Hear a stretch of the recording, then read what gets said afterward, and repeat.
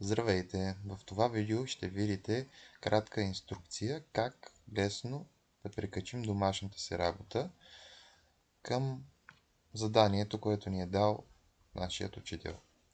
Първото нещо, което трябва да направим е да влезем в профила си, който ни е даден от училището в Office 365. След като влезете в профила си, избирате иконката за приложението Microsoft Teams и го отваряте. Важно е да знаете, че не навсякъде Teams ще ви се зареди на български език. Затова първото нещо, което ще направим е да променим езика на приложението на български. Отивам горе в дясно на иконката на моят профил, натискам веднъж и избирам Settings, настройки. От Settings имам възможност да сменя езика на самото приложение, като аз ще изберя български език. Той се намира почти най-отдолу. Ето България, след което е необходимо да запазим и рестартираме приложението, като това става автоматично.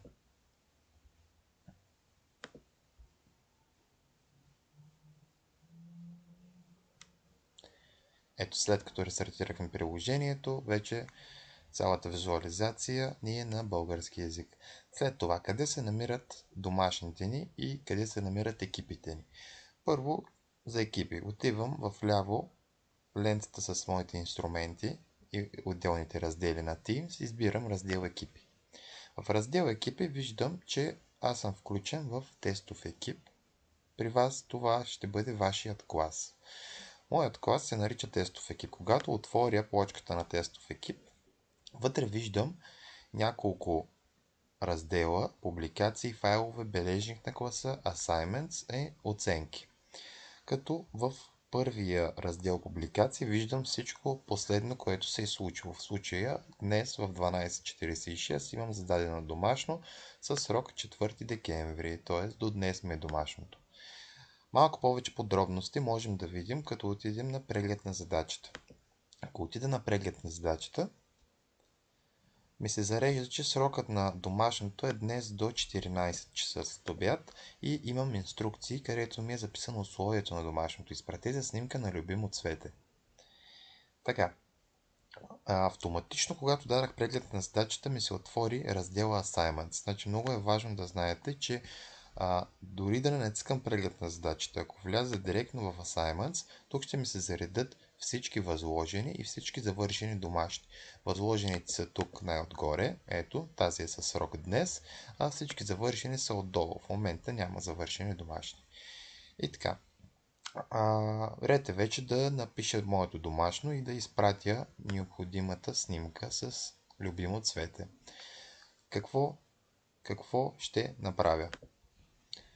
Трябва да отида в ето тук моята работа и да избера добавяне на работа.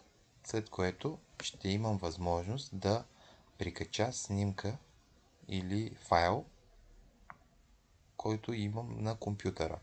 Значи, редно е да кажа, че не е задължително файла да бъде само в компютъра. Нали? Можем да прикачим файл от OneDrive, да създадем нов файл, да оставим връзка като линк или да вземем от общите файлове в Teams. Сега ще направим следното нещо. Качване на файл от това устройство, т.е. от моят компютър.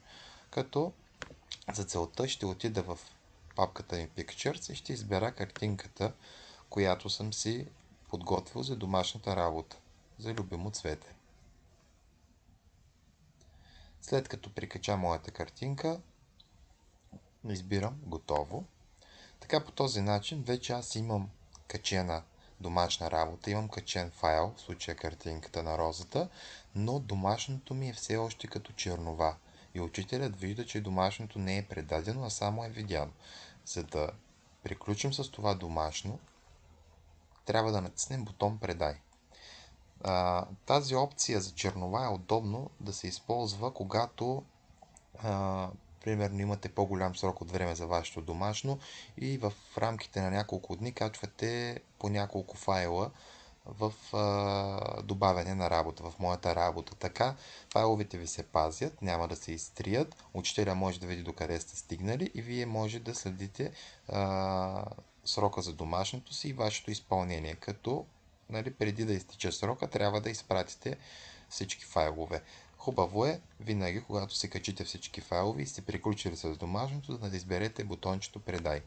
След като изберем бутончето Предай, домашната работа вече е изпратена и ето, изписва ви завършена на петък 4.12.2020 година в 12.56.